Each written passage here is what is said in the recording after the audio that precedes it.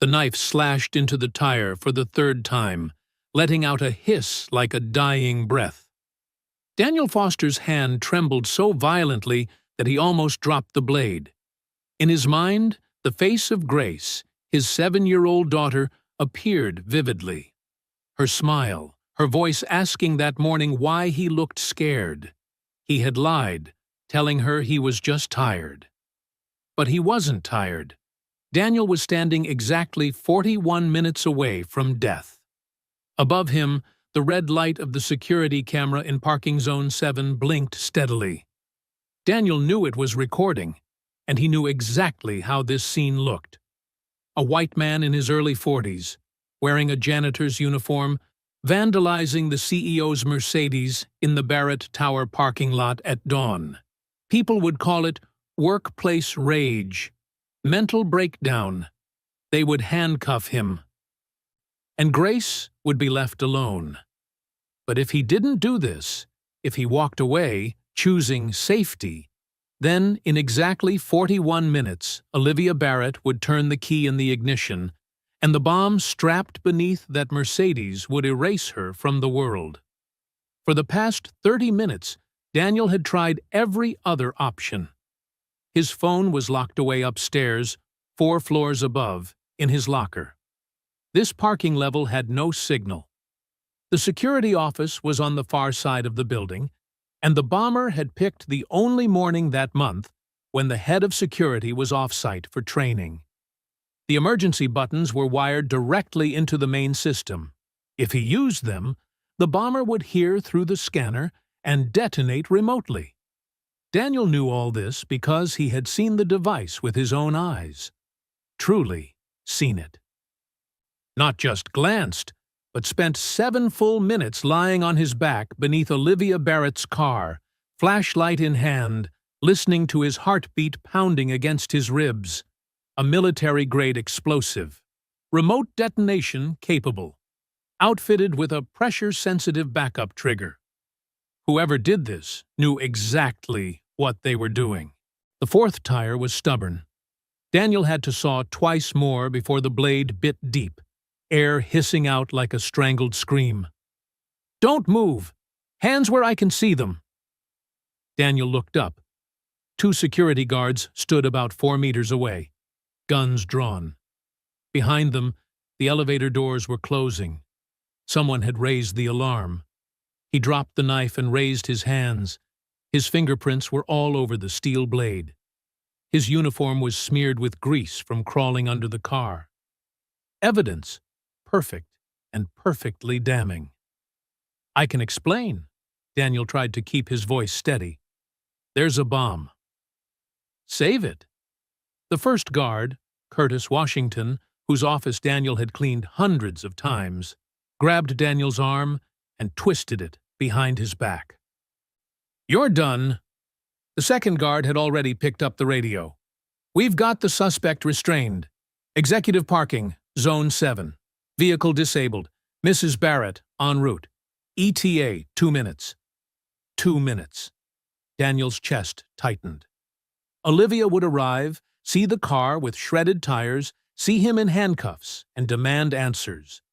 They'd put her in another car, escort her to the meeting, and the bomber would adapt, wait for the next opportunity.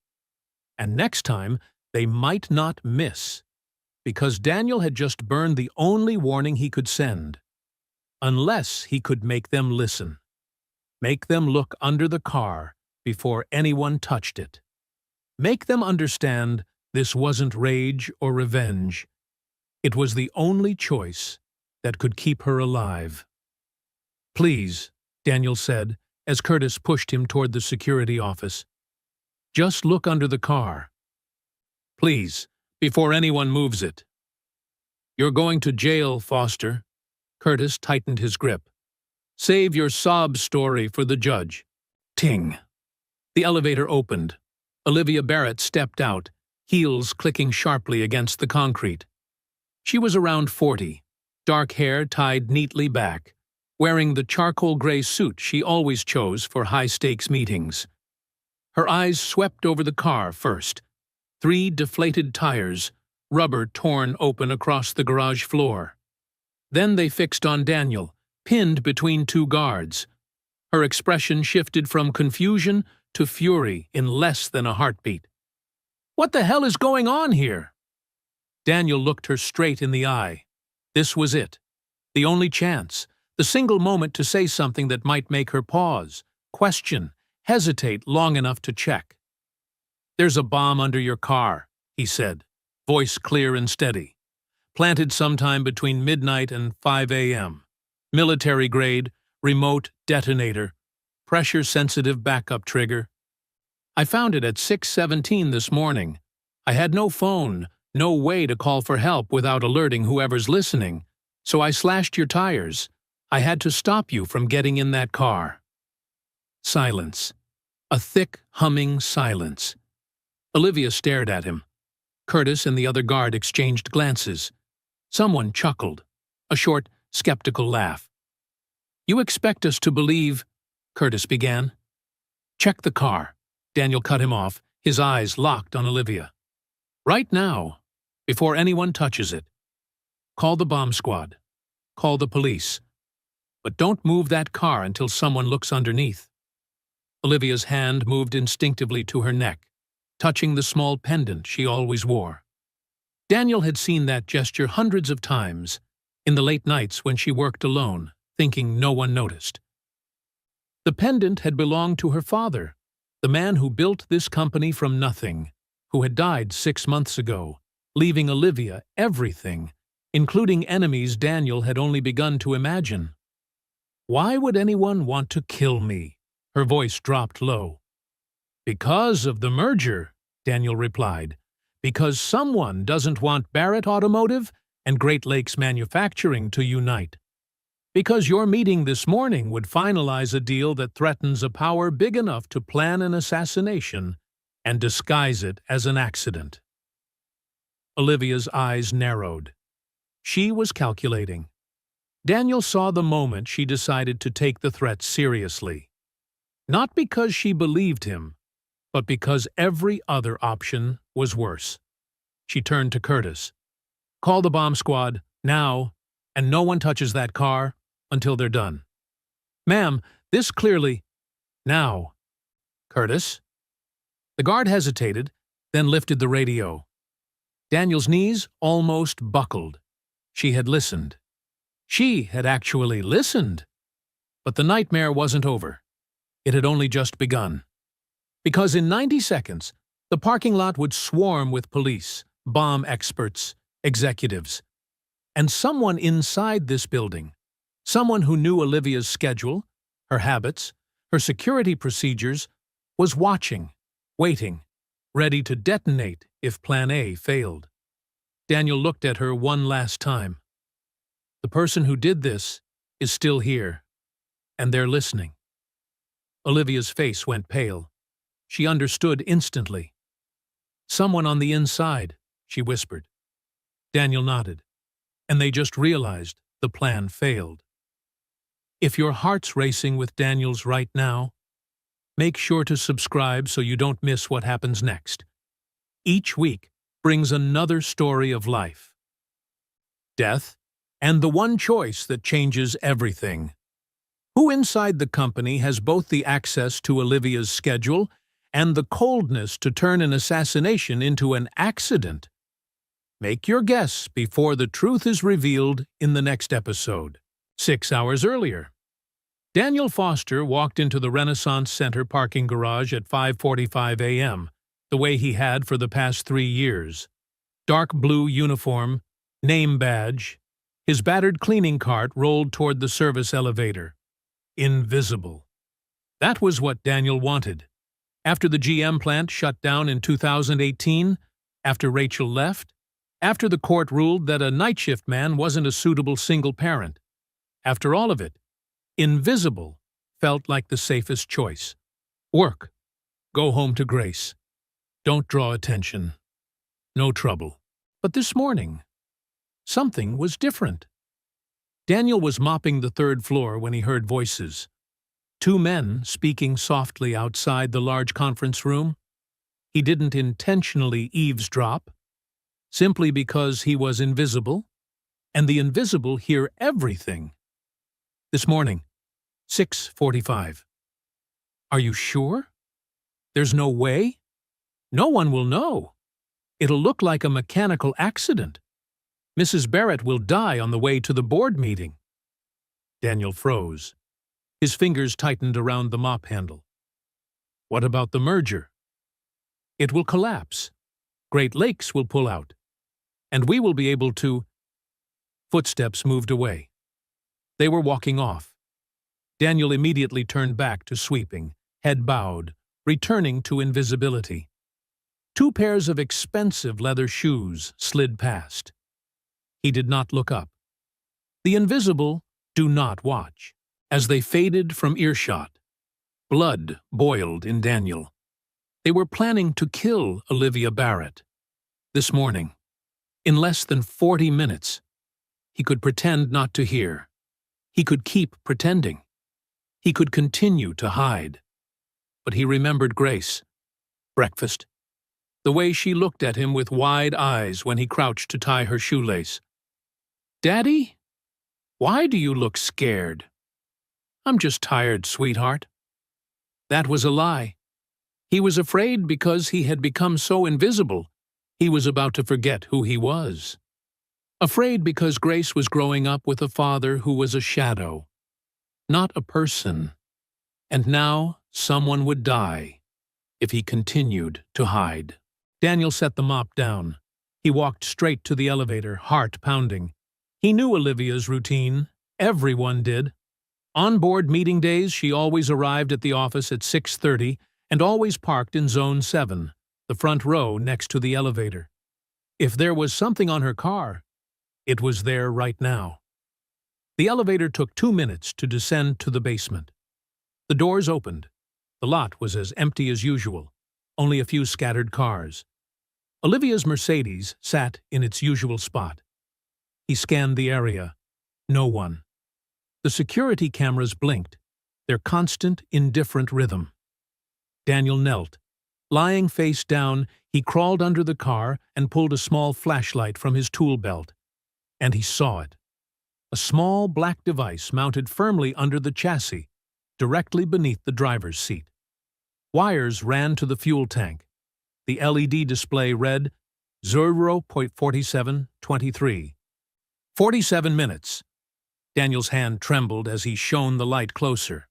He wasn't an expert, but he had been to Afghanistan. He recognized a bomb when he saw one. This device was too complex to disarm by instinct. There were at least 3 different mechanisms. One wrong touch, and it would detonate. His heart hammered like a hammer. Sweat stung his eyes. What to do now? Call the police? His phone was locked in a locker on the 3rd floor. And if those 2 guys had a scanner, if they detected an emergency signal, they could set it off early. Run to the security office? Too slow. And if they triggered the alarm over the radio, the bomber would know. Try to disarm it himself? He didn't have the knowledge. One wrong move, and it would blow up right there. Daniel crawled out, gasping. 46 minutes. Olivia would be there in 46 minutes. Then the idea hit. Horrific, simple, but the only way. If he couldn't remove the bomb, he had to make sure she could not drive the car. He had to disable the vehicle in a way that would keep her from operating it. Hold her there long enough for someone to inspect it.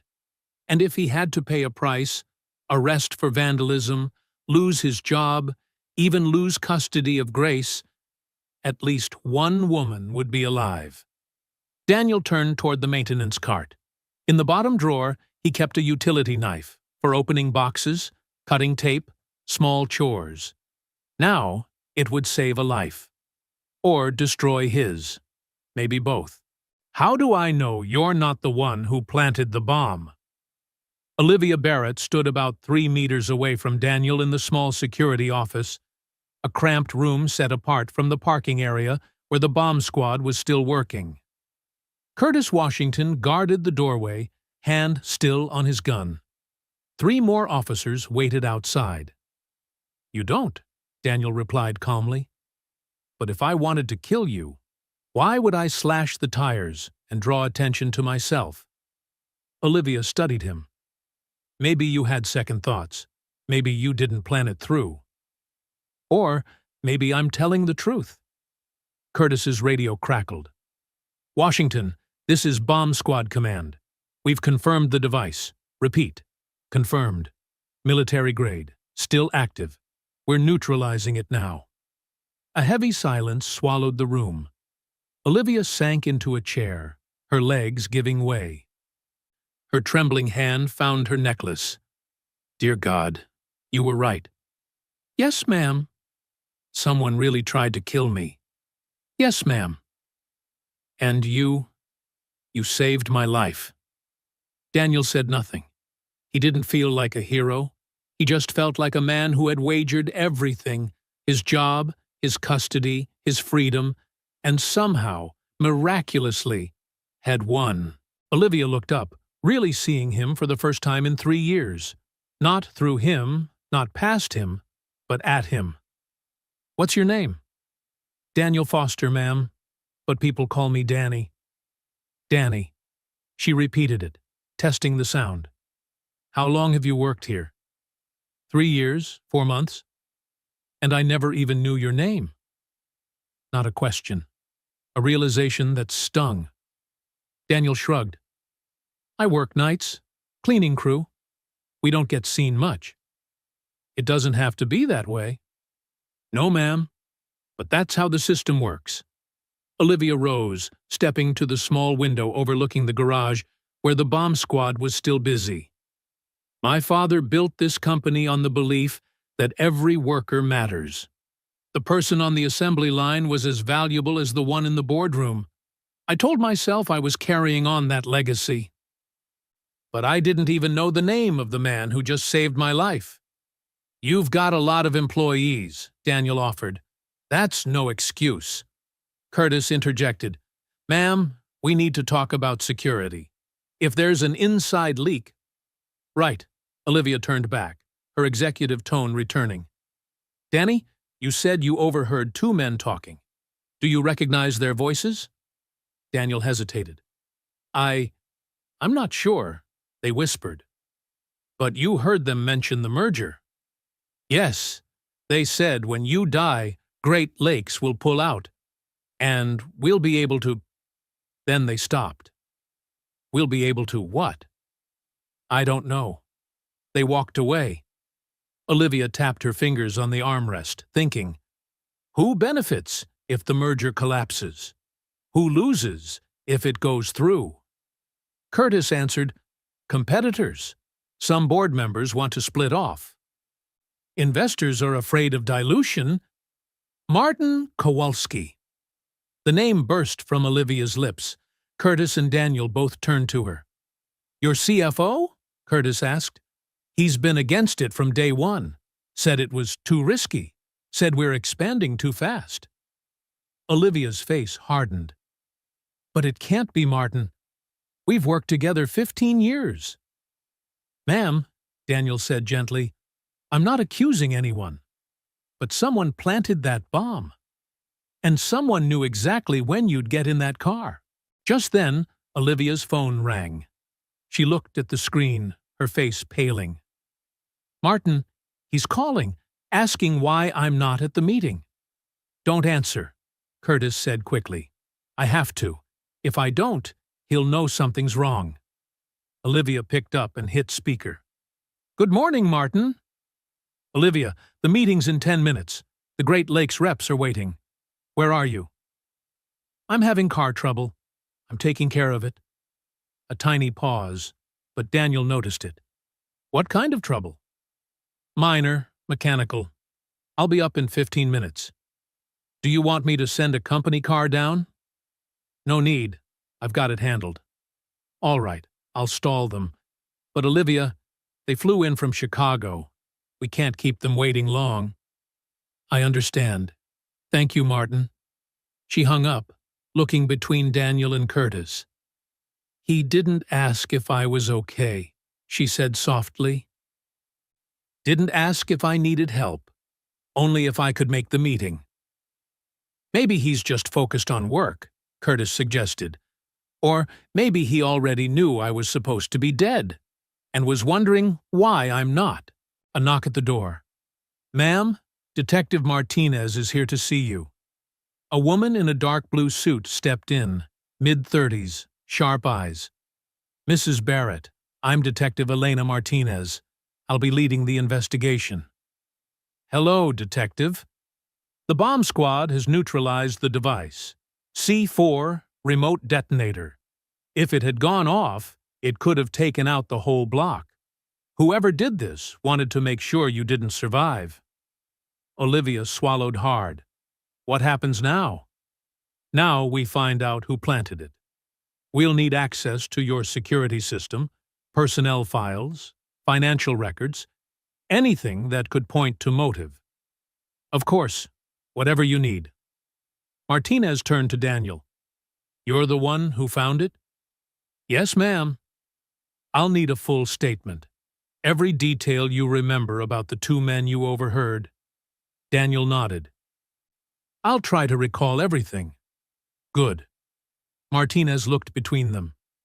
"Until we know who we're dealing with, I recommend Mrs. Barrett stay somewhere safe, with increased protection.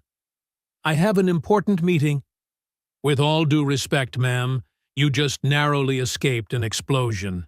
Whoever did this won't stop." Olivia was silent for a few seconds, then nodded. "You're right. Curtis, cancel the meeting. Tell the Great Lakes reps there's an emergency." "Yes, ma'am." "And Curtis, don't mention the bomb. Just say I'm sick. If the culprit thinks they still have a chance, they'll expose themselves." A clever move.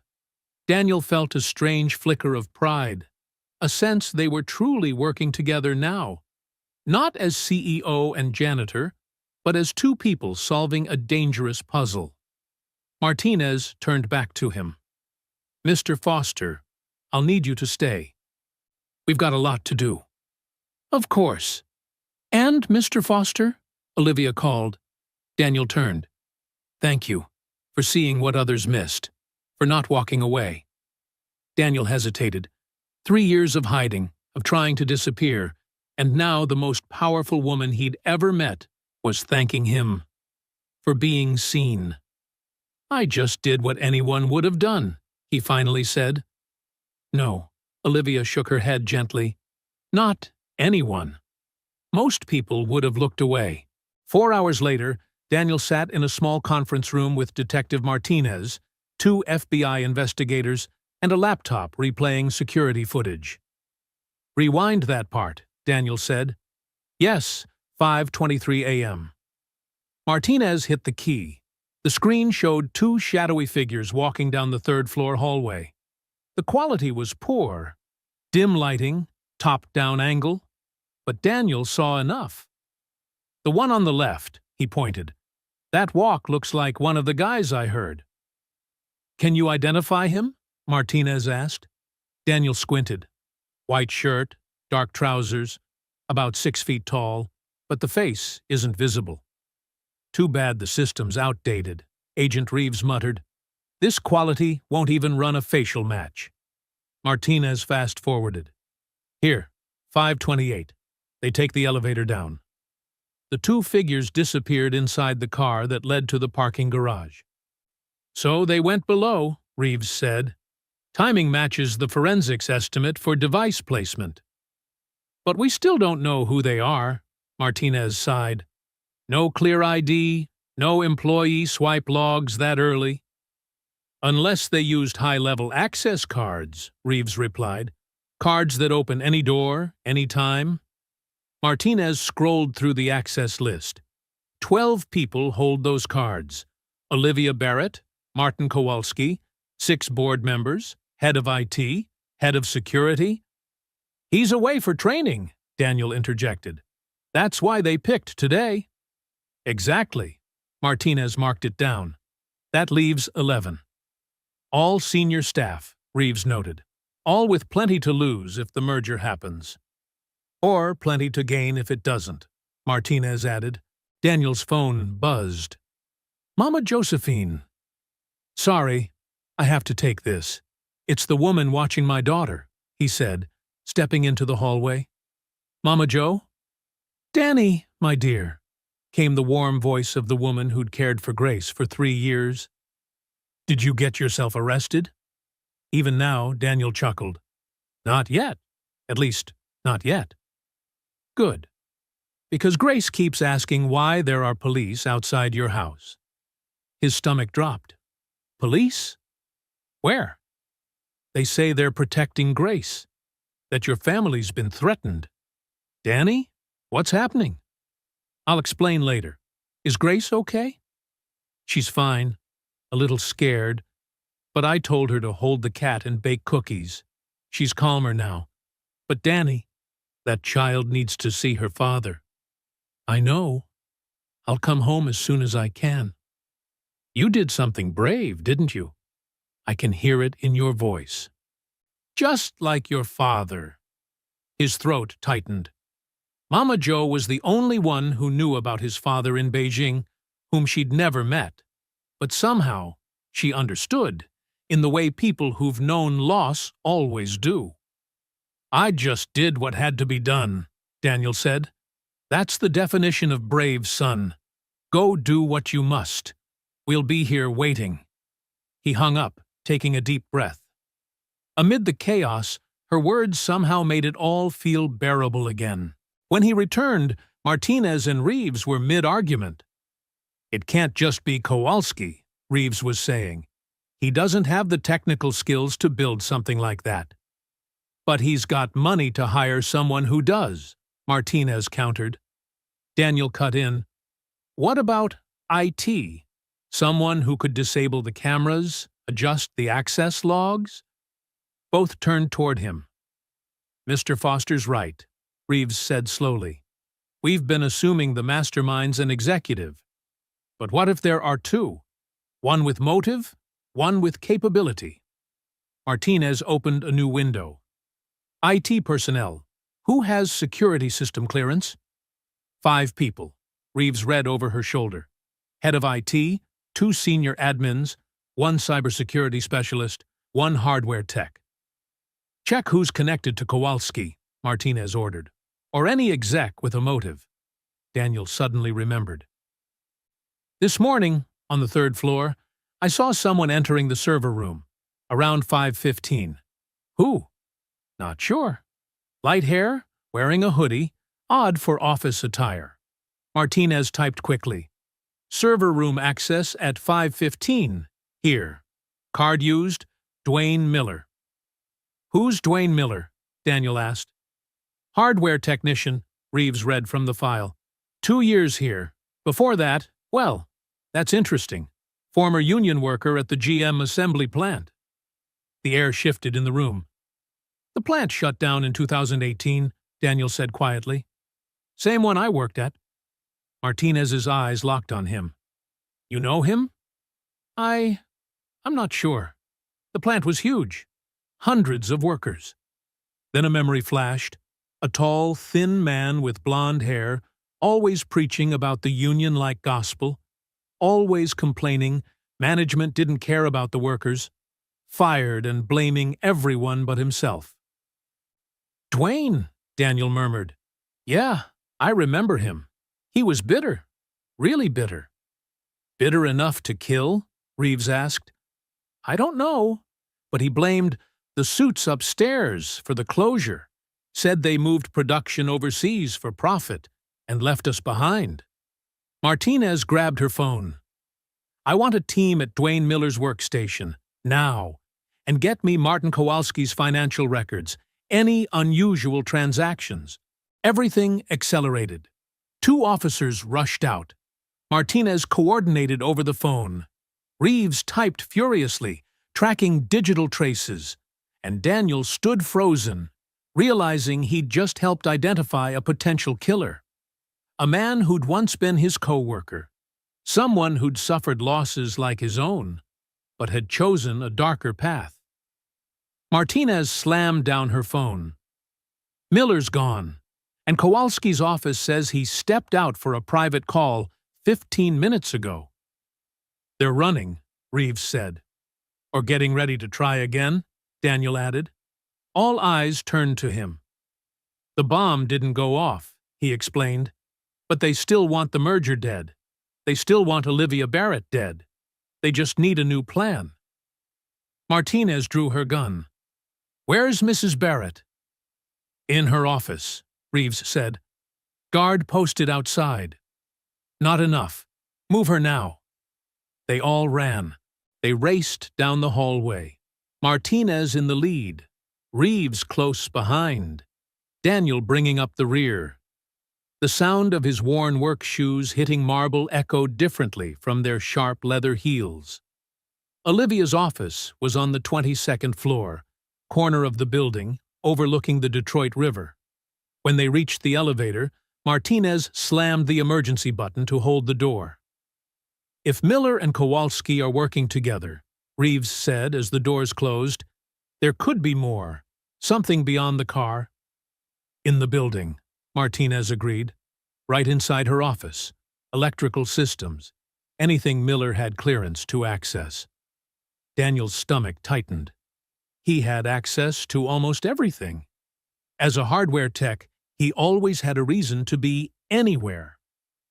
The elevator stopped at the 22nd. Doors opened. Curtis Washington stood outside Olivia's office, phone to his ear. Seeing them rush toward him, he hung up quickly. What's going on? We need to get Mrs. Barrett out of here, Martinez said firmly. Right now, Curtis knocked on the door. Mrs. Barrett, the police need to speak with you. No answer. He knocked harder. Mrs. Barrett? Martinez pushed him aside, grabbed the handle, locked. When did she lock it? No idea. 10 minutes ago she said she was fine. Wanted to be alone. Martinez and Reeves exchanged a look. Break it down. Reeves stepped back and kicked the lock. The wood splintered. Second kick. The door burst open. The office wasn't empty. Olivia Barrett lay face down behind her desk, motionless. No! Daniel sprinted forward, dropping to his knees beside her. Martinez knelt beside him. She's breathing, Daniel said after checking. Weak pulse. Call an ambulance. Martinez was already on the phone. Curtis drew his gun, scanning the room. Daniel's eyes swept the space. On the desk, an overturned coffee cup, liquid still warm. Next to it, a small water bottle, the kind reserved for executives. Look, he said, pointing. She drank from that. Martinez picked it up carefully with a tissue. We'll need it tested. Reeves, seal the office. No one in or out. Who brought her this bottle? Daniel asked Curtis. No idea. I've been outside the door the whole time. Anyone go in before that? Curtis frowned, thinking.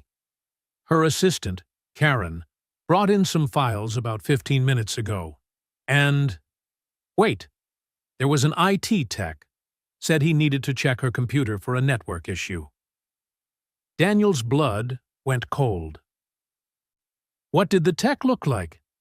Blonde hair, tall, hoodie under a white lab coat. Dwayne Miller, Daniel whispered. How long was he inside? Martinez asked. 5 minutes, tops. I was right out here the whole time. He just sat at her computer. No, Daniel said, looking back at the bottle. He handled that. Somehow he poisoned it. 6 minutes later, the ambulance arrived. Paramedics lifted Olivia onto a stretcher, started fluids, checked vitals. Daniel stood there helpless, a hollow ache in his chest. He had saved her once, but the enemy had adapted faster than he could. Will she make it? He asked one of the medics. Too soon to tell. Depends what she ingested. We're treating symptoms for now. The medic turned to him. Has she eaten or drunk anything else recently? Just that water bottle. Got it. We'll run analysis. Good thing you caught it in time. As they wheeled Olivia away, Martinez turned to Curtis. I want footage from this floor. The last 15 minutes. They rushed down to the security room. Curtis pulled up the feed. Daniel stood right behind him. There, 9:47 a.m. Dwayne Miller stepped out of the elevator, carrying a laptop and a tool case. He said something to Curtis, then was let in. "Skip ahead," Martinez ordered. Miller inside the office, seated at Olivia's computer. From the camera angle, his hands weren't clearly visible. "There," Daniel pointed. He pulled something out of his pocket. Curtis slowed the playback. Miller took out a small object, unclear what, placed it next to the computer, then crouched beneath the desk. "He's planting a device," Reeves said. "Or poison," Martinez replied. "Skip to when he leaves." 5 minutes later, Miller walked out, still carrying the laptop and tool case. Except Daniel noticed how lightly he held it, as if almost empty. "He left something behind," Daniel said. "In the office." Martinez spun around. They sprinted back to the 22nd floor, into the sealed room. Reeves swept the area with a detector. "Here," he called, kneeling beneath the desk. "Another device." Daniel leaned down. A small black box taped under the desk, wires running into the power outlet. "What is it?" Martinez asked. "Second bomb," Reeves said quietly. "Smaller than the car bomb, but enough to vaporize this room." "God, why hasn't it gone off?" Reeves examined it. "Trigger's digital. Set to detonate when a specific file is opened, probably the merger documents. So if Olivia hadn't been poisoned, she'd sit down, open that file, and boom, she and anyone else in here." The room fell silent. "They had a backup plan," Daniel said. "Car fails, they use this. If this fails, they use poison." 3 assassination attempts in one day, Martinez hissed. "They're desperate." "Or determined," Daniel corrected. "And still out there." Martinez lifted her radio. "Citywide APB on Martin Kowalski and Dwayne Miller. Armed, dangerous. Lock down all exits. Nobody leaves this building until they're found." Just then, Curtis's radio blared. "Washington, from front desk security. Martin Kowalski's trying to leave the building. We've stopped him at the main entrance." "Hold him there," Curtis said. "We're coming down." They barreled into the elevator, then out into the main lobby. Martin Kowalski, mid-50s, graying hair, expensive suit, stood pinned between 2 guards, face flushed red. "This is absurd. I'm the CFO. I have every right to leave." "Mr. Kowalski," Martinez said, calm but cold. "Detective Martinez, I need to ask you a few questions." "About what?" "The attempted assassination of Olivia Barrett." Kowalski's face went pale. "Assassination? I have no idea what you're talking about." "No? Then why are you leaving the building while we're hunting the men who attacked her?" I have a meeting." "Where?" "Private matter." Martinez stepped closer. "We have evidence that someone inside this company tried to kill Mrs. Barrett 3 times today. Car bomb, office bomb, and poison. Would you like to explain why you're suddenly walking out?" "I'm not walking out. I'm just—" "You worked with Dwayne Miller, didn't you?" Daniel interrupted. Only now did Kowalski turn his gaze on him, eyes narrowing. "Who are you?" "I'm the man who found the first bomb. The one who overheard you and Miller planning to kill her." "I don't know what you're talking about." "Then why?" Martinez cut in. "Did you transfer $50,000 to Miller's account last week?" Kowalski froze. "We have the bank records," Martinez continued. "Security footage of Miller planting the device. A witness who heard your conspiracy. We have enough." Kowalski swallowed hard. "I want my lawyer." "You're going to need a very good one. Where's Miller?" "I don't know." "You're covering for him?"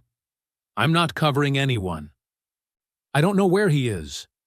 Martinez nodded to Reeves. Arrest him. Charges: conspiracy to commit murder, attempted homicide, and all related offenses. Reeves snapped the cuffs around Kowalski's wrists. Curtis spoke into his radio. All units, be on alert for Dwayne Miller. Blonde hair, about 6'1", slim build, gray hoodie, possibly armed, extremely dangerous.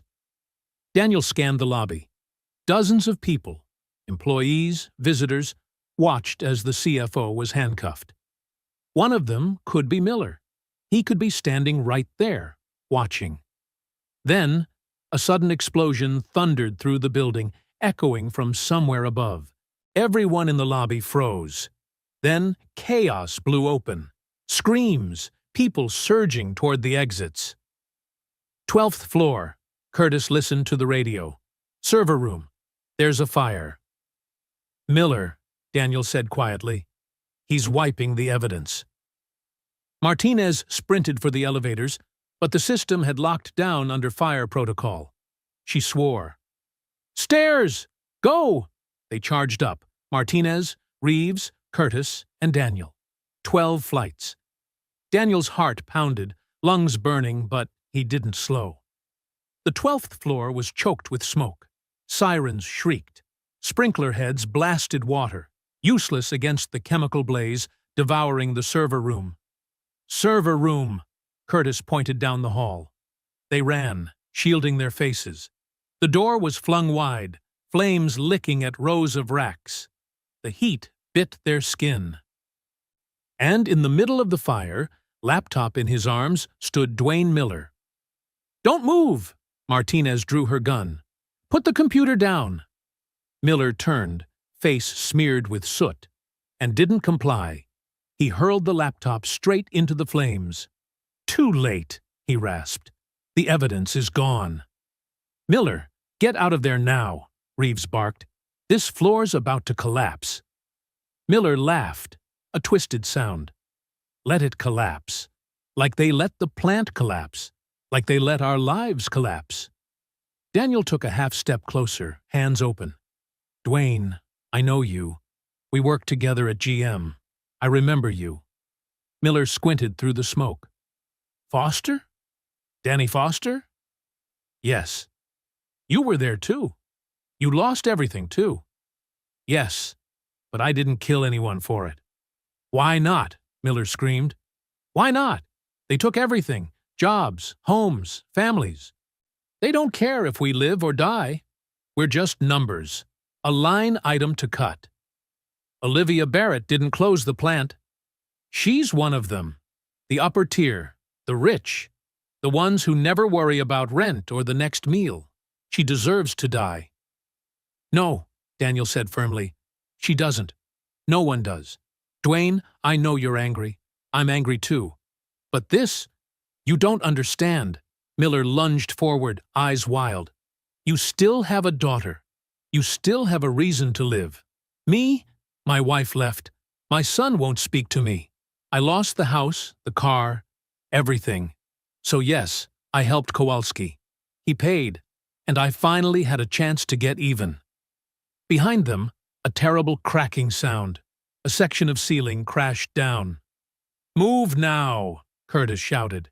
Dwayne, come with us, Daniel pleaded. Don't die here. Your life can still mean something. You can still change course. Miller shook his head. Too late, Foster. But not for you. Go. Go to your daughter. When she asks what you did today, tell her, Daddy saved a life. That Daddy mattered. Another slab of ceiling slammed down, missing them by only a few steps. Go!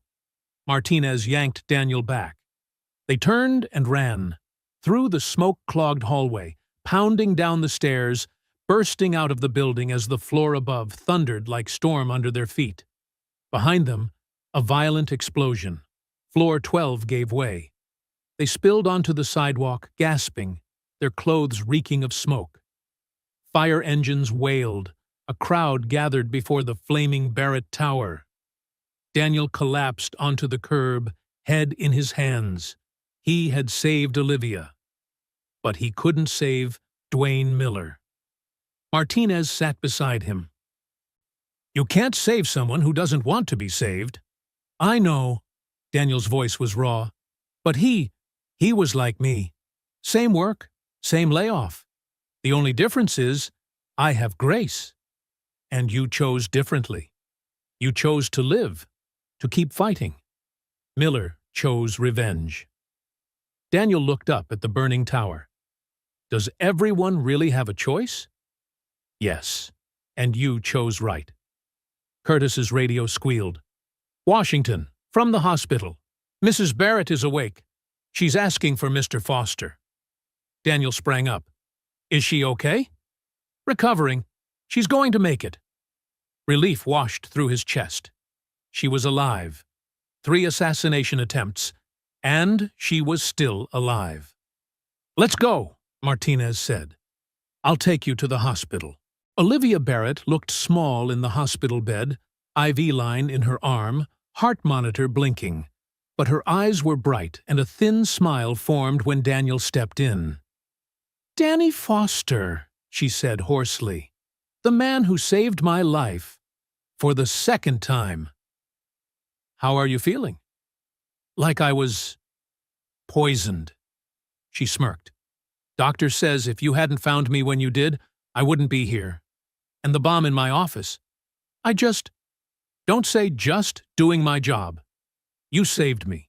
3 times. She reached out and took his hand. "Thank you." Daniel went still. 3 years on the night shift, trying to be invisible. And now the CEO held his hand and thanked him for being seen. "What will you do now?" he asked at last. "Now I recover. Then I rebuild the server room, finalize the merger, and make sure what happened to Dwayne Miller never happens to any employee again." "He didn't make it." Olivia's face shadowed. "I know. Curtis told me. I'm very sorry, Danny. I know you once worked with him. He wasn't purely bad. He was a man of losses, and no one saw him. Then I'll make sure everyone is seen. Every employee, every worker. No one has to be invisible anymore." Daniel smiled faintly. "Sounds like a good legacy." "Not my legacy. My father's. I just forgot it for a while." She met his eyes. "But you reminded me. By seeing what others missed. By being the only person in that building who didn't look through me, but looked at me. I thought everyone sees you. They see the CEO. You saw the person." A nurse tapped the door. "Sorry, Mrs. Barrett needs rest." "1 more minute," Olivia said, then turned back to Daniel. "Before you go, we need to talk about your future." "My future? Do you still want to be a janitor?" "I haven't thought about it." "Then think about this. I need a new head of security. Someone who sees what others don't, who doesn't hesitate to act when it matters. Someone I can entrust my life to, because you've proven I can." Daniel's eyes widened. "You want me to be head of security?" "Yes, proper salary, an office, a team, the works. But I don't have the credentials, no formal training. You have something better, instinct. And what every previous security chief of mine lacked, you genuinely care about people." Daniel stood there, overwhelmed. I need to think." "Of course, take your time. But Danny?" She gave a weary, warm smile. "You're not invisible anymore, and I'm not letting you go back to that." Daniel Foster stood on the porch of his small house in Dearborn, watching the sun dip behind rows of rooftops. His hands still trembled, not from fear, but from the last threads of adrenaline leaving his body. That morning, he'd been a janitor. Now he was holding an offer letter to become the director of security at Barrett Automotive Group. The front door burst open. Grace came running out, hair flying, clutching her stuffed rabbit to her chest. "Daddy!" Daniel dropped to his knees, and she threw herself into his arms, hugging him so tight he could barely breathe. "I missed you so much, sweetheart."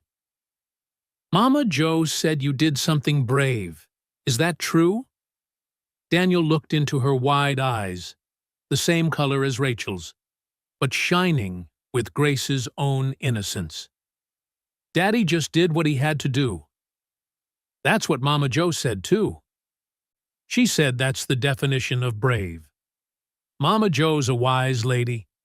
She's baking cookies. She said I can have 2 if I finish my veggies." Daniel smiled, carrying Grace inside. The smell of chocolate chip cookies and cinnamon filled the kitchen. Mama Josephine Brown stood by the oven, apron dusted with flour, her warm smile the same one that had kept him steady for 3 long years.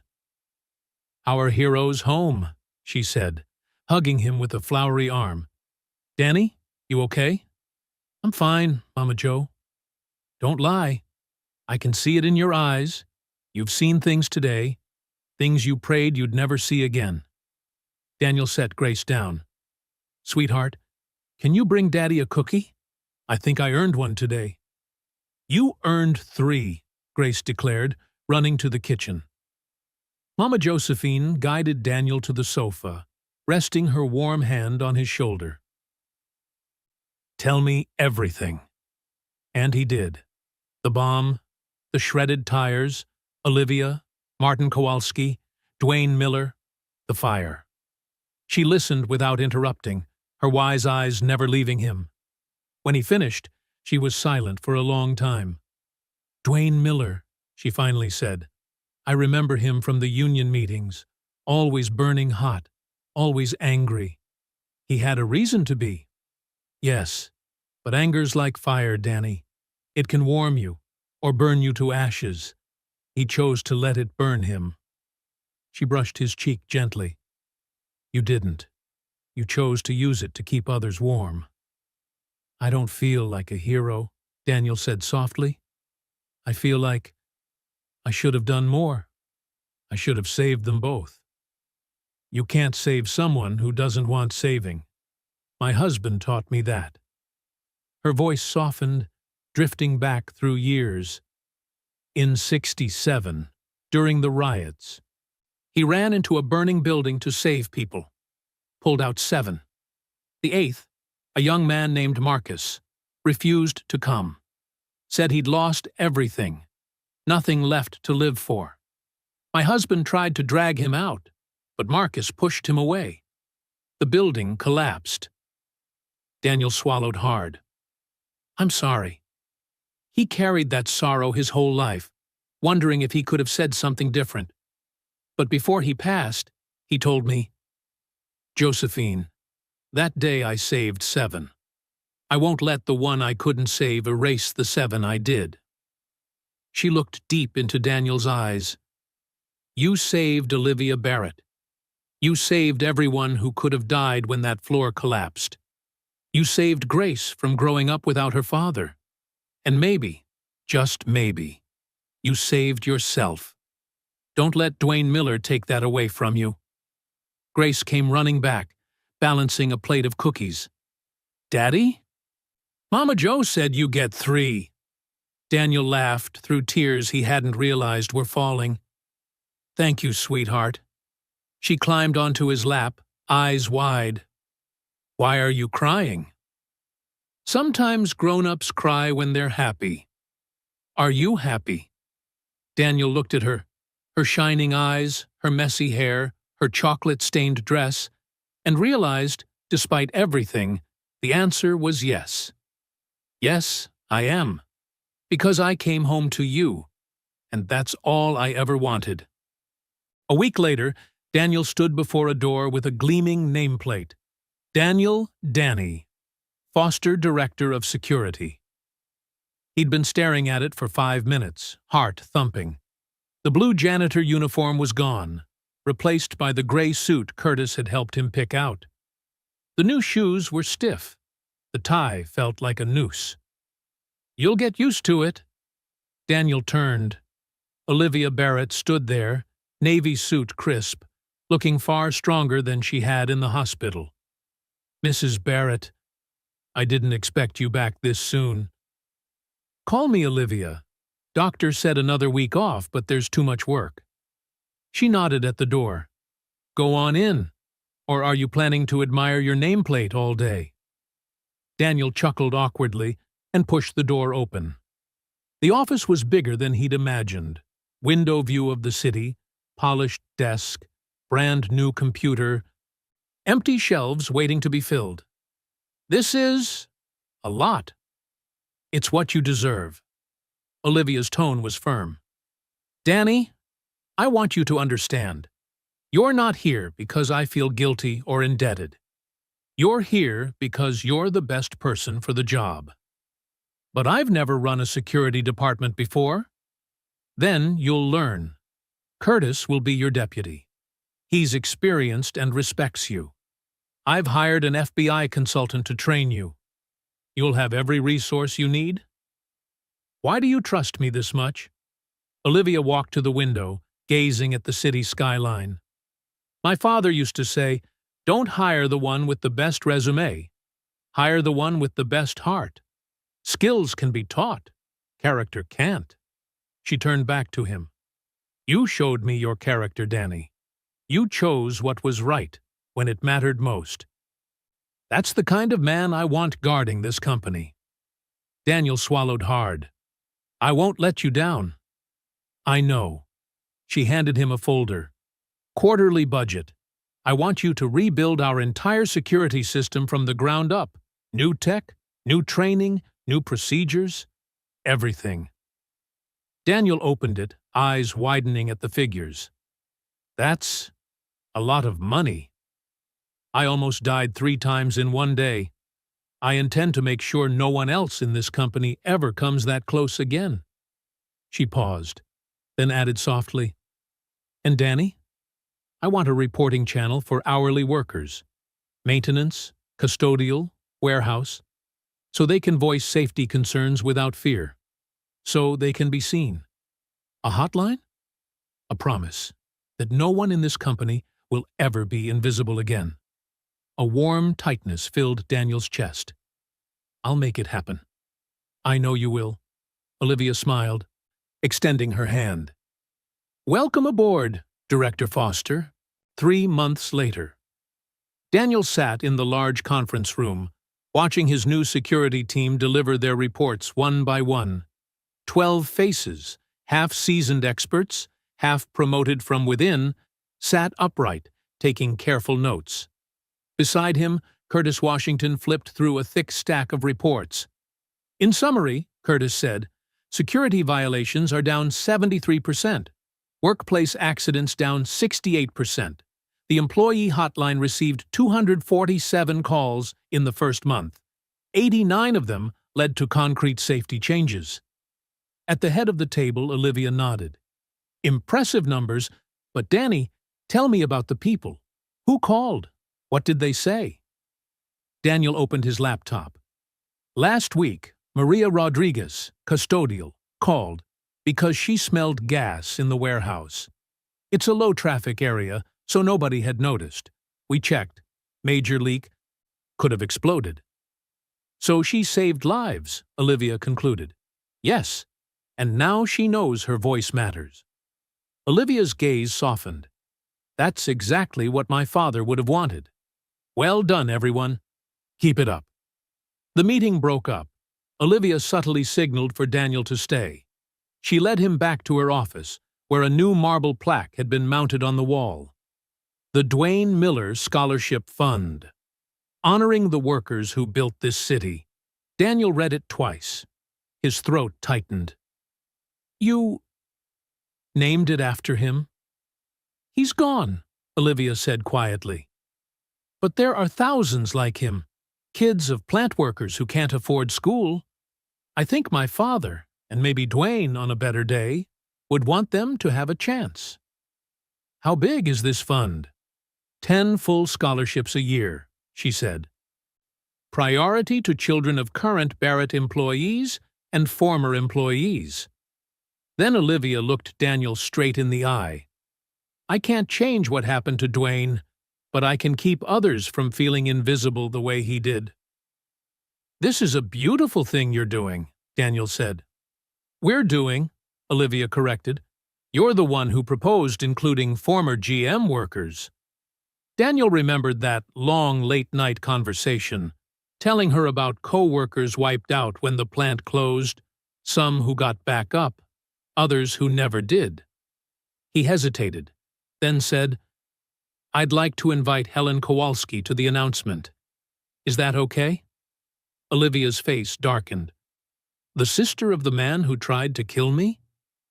"The sister of a widow who's been raising her grandson alone since her husband died in the 2008 layoffs." "She had no idea what her brother was doing," Daniel said gently. "Her grandson, Tommy, he's bright, loves engineering, but they don't have the money." Olivia was silent a beat, then nodded. "Invite them, and make sure Tommy qualifies." Daniel smiled faintly. The word Olivia had just used, invite. Simple and warm. "Thank you, Olivia." Friday. Scholarship Announcement Ceremony. Barrett Tower had been restored. A new server room, upgraded security systems, and a small memorial plaque where Dwayne fell, etched with the names of laid-off GM workers.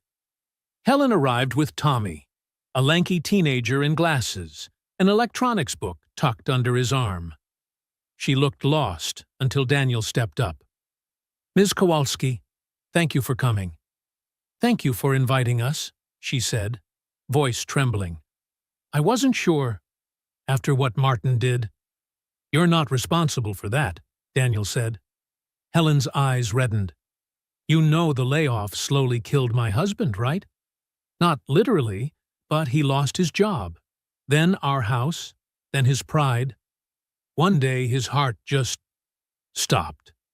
The doctor said myocardial infarction. I think it was a broken heart." "I'm so sorry," Daniel said, resting a hand on her shoulder. "Martin never got past it, did he?" She nodded. "We lost our mother early. My husband was like a brother to Martin. When he died, Martin blamed everything. Government, union, the company. The anger ate him alive." "Sometimes loss does that," Daniel said softly. "But it doesn't have to. Your grandson, Tommy, is proof." Tommy glanced around the hall, eyes bright. "Is this where it happened? Where you saved the CEO?" "One of the places," Daniel smiled. "Mama Jo says you're a hero." "She tends to exaggerate," Daniel joked gently. "She said you had 3 choices. Run, hide, or act. You chose to act," Tommy said, looking at Daniel with a rare kind of teenage reverence. "I want to be that brave." "You already are," Daniel replied. "You're standing here, even though everyone knows what your uncle did." "That's a kind of bravery, too." Olivia stepped to the podium and tapped the mic. The room hushed.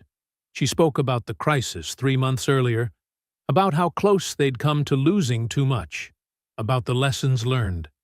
She announced the scholarship fund, pledged that no one would be invisible at the company, and that she would carry on her father's legacy. "And now," she smiled, "I'd like to introduce the person who made all this possible. Our Director of Security, Daniel Foster." Applause swelled. Daniel stepped up, heart pounding. 3 months ago he'd been invisible. Now hundreds of eyes were on him. "I'm not great at speeches," he began, "but I want to talk about invisibility. For 3 years, I tried to disappear. Work, keep my head down, avoid attention. I thought that was the safe way to protect my daughter and myself. But invisibility isn't safe. It's lonely. And when we hide ourselves, we slowly stop seeing what matters." He paused, catching sight of Grace beside Mama Josephine, eyes shining. Dwayne Miller was invisible. No one saw his pain. That's where the tragedy began. This fund bears his name because we must not forget. The cost of not seeing one another. Daniel turned, sweeping the room with his eyes. So here's my promise. In this company, no one is invisible. Everyone matters. Every voice gets heard. We will see one another, truly, because that's the only way to keep each other safe. Applause rose again, louder, fuller. Daniel stepped down, legs a little unsteady. Tommy came to shake his hand. Thank you for what you said. About Uncle Martin. Nobody calls him a person anymore, just a monster. But you saw him. Daniel nodded. People can do terrible things and still be human. Both can be true at once. That night. The small kitchen. Grace drew a new picture. No longer a man with a mop, but many people. A man in a suit, a tall woman, a teenager, an older lady in an apron. All smiling. Who's this? Daniel asked. You, Miss Olivia, Tommy, Mama Joe, Grace said matter-of-factly. Daddy's family. A warm current spread through Daniel's chest. Daddy's family, huh? Uh-huh. Mama Joe says family isn't just people you're related to, it's the people who choose to see you. Daniel bent to kiss his daughter's hair. Mama Joe's a very smart lady. She looked up, curious. When you cut Ms. Olivia's tires, were you scared? Daniel could have lied, but he'd learned to tell the truth. Yes. My hands were shaking, he whispered, and I still did it. Why? Because sometimes doing what's right matters more than feeling safe, he said, sitting beside her. And I want you always to know, you are seen, you matter. And when you see someone who needs help, don't look away. Okay? Okay. Like you did. A knock at the door. Mama Josephine carried in a big box, fried chicken, potato salad, the kitchen blooming with the scent of home. They ate, laughed, and listened to Mama Joe tell stories about her husband, the man who once ran into a burning building and saved 7 lives, then spent the rest of his days refusing to let the one he couldn't save overshadow the 7 he did. Daniel sat quietly, hearing what he needed to hear. Don't let the shadow of one failure eclipse the light of what's right. Late, Daniel received an email from Detective Martinez. Martin had pled guilty, exposing an entire corruption network. Without you, we never would have cracked it. As he stood over Grace's bed, counting her steady breaths, his phone buzzed again. Tommy's text. Thanks for saying my uncle is still human. No one else says that. Daniel replied, The world needs people who choose to see and show up. You're one of them. The boy texted back immediately. Like you? Daniel paused, then smiled. Like us. 6 more months passed. In the Barrett Tower lobby, Daniel watched the crowd. Sharp-suited executives, uniformed workers, hurried visitors. But this time, he didn't look through them. He saw them. Carmen, the custodian with 3 kids, taking night classes to become a nurse. Jerome, the guard who lost a leg in Afghanistan but still watches 8 hours a day because it makes him feel useful. Keisha, the receptionist saving for her son's dream of playing college football. Each person, a story. Daniel's job, ensure those stories were told, those voices heard. Curtis brought a folder. Monthly report. Security incidents down another 12%. Employee complaints down 40%. We just got a 5-star rating from the Safety Innovation Unit. Credit to the whole team, Daniel said. To the culture you built, Curtis grinned. People dare to speak. His phone buzzed. Olivia, swing by my office when you can. Someone wants to meet you. 22nd floor. Inside, a young woman in uniform stood to greet him. Major Rachel Chen, she introduced herself. U.S. military. The system you built here. Non-punitive hotline, escalation protocols, A culture of reporting. It works. The FBI recommended you. We want to implement a similar model across federal facilities, and we'd like you to train us. Daniel looked at Olivia, stunned. She smiled. It's big, Danny. Your work could change how an entire system approaches safety. Daniel drew a breath. I need to think. Of course, Rachel said, handing a card. I'll wait for your answer.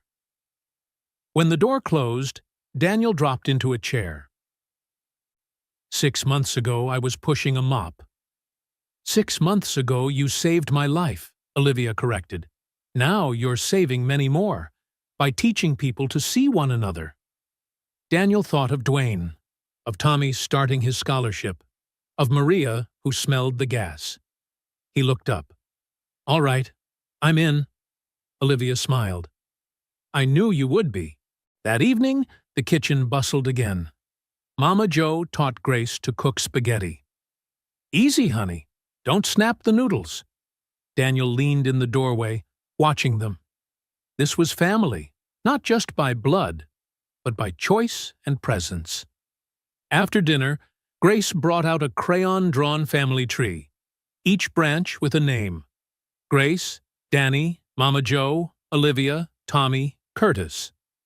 I'll add more branches as we meet more people, she said. Mama Jo says family grows when you care for it.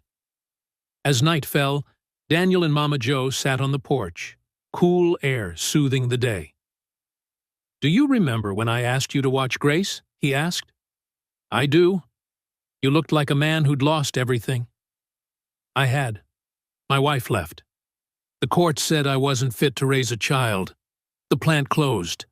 I thought I'd lose Grace, too. But you didn't, Mama Jo smiled. Because someone saw you. She took his hand. My husband used to say, legacy isn't what you leave behind. It's who you help see themselves. And that's what you're doing now. For Olivia, for Tommy, for everyone in that building. Daniel swallowed.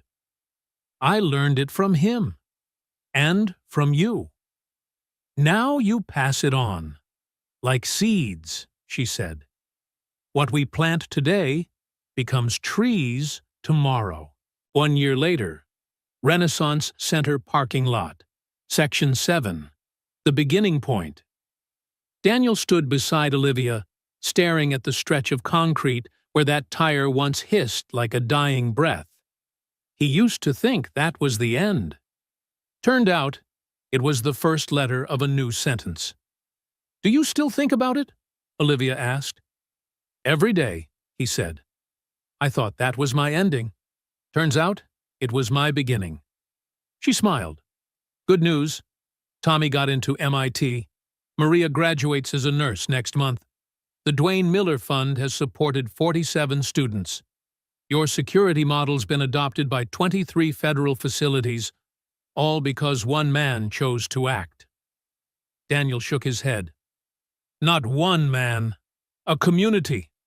Mama Jo taught me to see. She gave opportunity. Tommy passed it on. Maria passed it on. It's not about me.